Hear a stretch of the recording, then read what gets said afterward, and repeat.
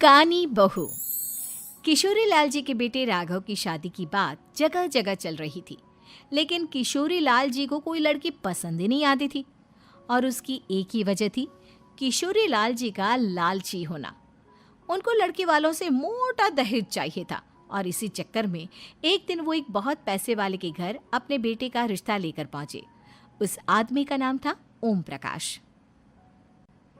देखिए किशोरी लाल जी, मेरी एक ही बेटी है और मेरी सारी संपत्ति जायदाद सब कुछ मेरी बेटी नैना का ही है।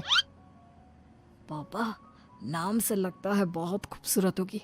कितना अच्छा नाम है ना, नैना। ओ, वैसे बात तो सही है आपकी। अब इतना पैसा है, जमीन जायदाद है, इकलौती बेटी, आप भी क्या करेंगे? सब कुछ उसे ही देंगे ना। बिल्कुल ठीक पहचाना आपने। बस बेटी की शादी और सारी जायदाद उसके नाम। पापा, बिना देखे हाँ कर दीजिए ना। इतना अच्छा रिश्ता फिर कहाँ मिलेगा? माला माल हो जाएंगे हम। मैं अपनी बेटी को बुलाता हूँ। अरे नहीं नहीं नहीं नहीं, आपकी बेटी का नाम नैना है, सुनकर ही लगता है बहुत सुंदर होगी। रहने दीजिए अंकल, मैं तो आपकी बेटी के नाम से ही इतना खुश हो गया हूँ कि उसे बिना देखे शादी करने को तैयार हूँ। अब तो मैं उसका चेहरा सीधे शादी के बाद ही देखूंगा। और इस तरह राघव नैना का चेहरा नहीं देखता और उससे शादी कर लेता है। शादी के बाद अपनी सुहाग रात पर जब राघव नैना का घूंघट उठाकर देखता है तो नैना की आंखें बंद थी। कितनी खूबसूरत हो तुम नैना, जरा अपनी आंखें खोलकर मेरी तरफ देखो तो सही। नहीं, मुझे शर्म आती है। अरे, मैंने तुम्हें शादी से पहले भी नहीं देखा, और अब अगर तुम आंखें खोलकर मुझे देखोगी भी नहीं तो मुझे अच्छा कैसे लगेगा? इससे पहले कि नैना अपनी आंखें खोलकर राघव की तरफ देखती, अचानक से लाइट चली गई और राघव नैना को पूरी तरह से देख भी नहीं पाया। अगली सुबह नैना राघव के लिए नाश्ता बनाकर लेकर आई। अरे ये क्या, आधा पराठा सीका हुआ है और आधा बिल्कुल कच्चा। ये तुमने क्या किया नैना? बहू, तुमने क्या आधा पराठा तवे से नीचे लटका कर रखा था, जो आधा सिका है और आधा कच्चा? मुझे जितना दिखेगा उतना ही तो सीखूंगी ना पापा जी। जहाँ जहाँ मुझे नजर आ रहा था वहाँ मैंने सीख लिया, जहाँ जहाँ नहीं दिखा वहाँ कच्चा रह गया होगा। इसका क्या मतलब है? ये कैसा मजाक कर रही है तुम? अरे बहू, तुमने इतना लंबा घूंघट क्यों लगाया हुआ है? देखो, हमारे घर में बहुओं को बेटी की तरह रखा जाता है, और फिर तुम तो इतना सारा माल लेकर आई हो। देखो, ये घूंघट डालकर रखने की कोई ज़रूरत नहीं है। हाँ नैना, पापा जी ठीक कह रहे हैं, तुम तो आराम से रहो, अपना ही घर समझो। नैना अचानक से अपना घूंघट उठा लेती है। अरे ये क्या पापा, नैना की तो एक आंख फूटी हुई है। नाम से नैना, लेकिन ये तो कानी बहू निकली। मेरे साथ धोखा हुआ है, धोखा।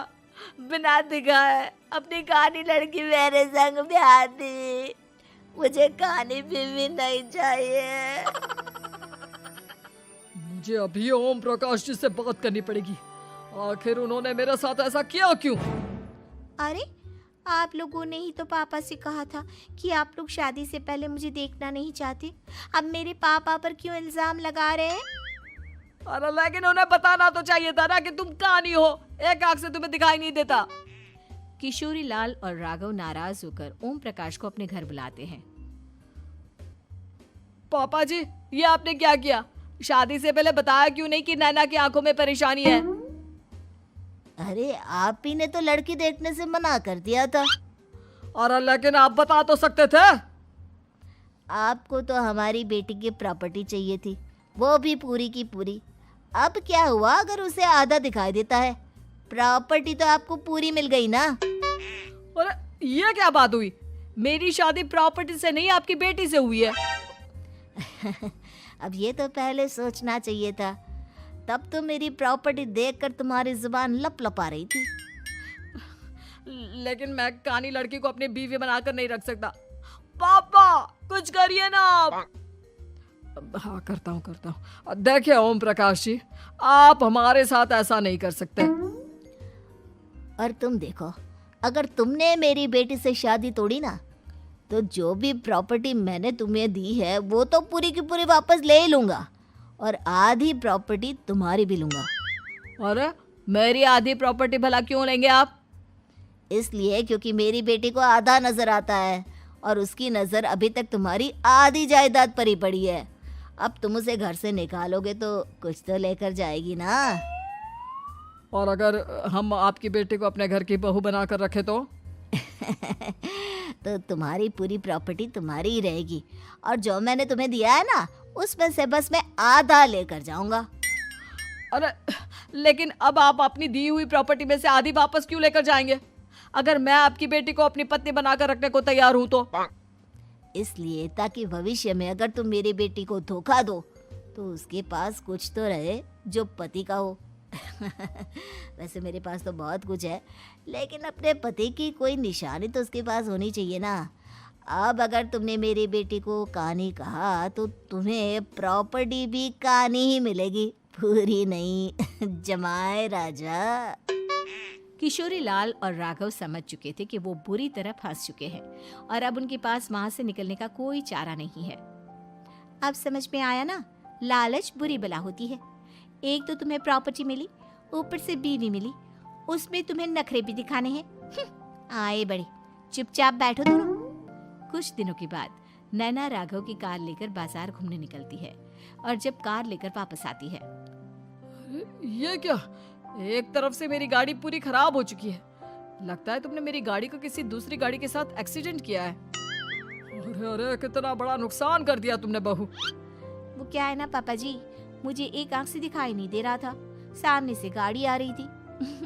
मुझे तो सिर्फ आधा ही दिखाई दिया और वो गाड़ी मेरी कार से रगड़ते हुए निकल गई। अब मैं क्या करूं बताओ? आप इसे ठीक कराने के पैसे कौन देगा? तुम्हारे पापा। तुमने मुझसे इस तरह से बात की? अभी रुको। नैना राघव की शिकायत ओम प्रकाश को कर देती है। देखो राघव, अब जो मेरी आधी प्रॉपर्टी तुम्हारे पास थी ना, उसमें से आधी और मैं लेकर जाऊंगा, क्योंकि तुमने मेरी बेटी को डांटा। अरे नहीं नहीं पापा जी, गलती हो गई, माफ कर दो। गलती की तो कोई गुंजाइश ही नहीं। अगली बार मेरी बेटी को डांटा तो बची हुई आधी में से आधी और ले जाऊंगा। लालच के चक्कर में हम दोनों ने बहुत बड़ी गलती कर दी बेटा। एक तो तुम्हें कानी बहू मिली और ऊपर से जो माल मिला वो भी काना। इस तरह राघव की हर एक गलती पर ओम प्रकाश उसकी प्रॉपर्टी का आधा आधा हिस्सा लेकर अपना सारा माल वापस ले गया और राघव को कानी बीवी से काम चलाना पड़ा। भाई लालच वाकई में बुरी बला है। उम्मीद है कि आपको हमारी ये कहानी पसंद आई होगी। कृपया हमारे चैनल को सब्सक्राइब करें और सभी अपडेट्स के लिए बेल आइकन जरूर क्लिक करें। और हाँ, वीडियो लाइक और शेयर करना मत भूलिएगा।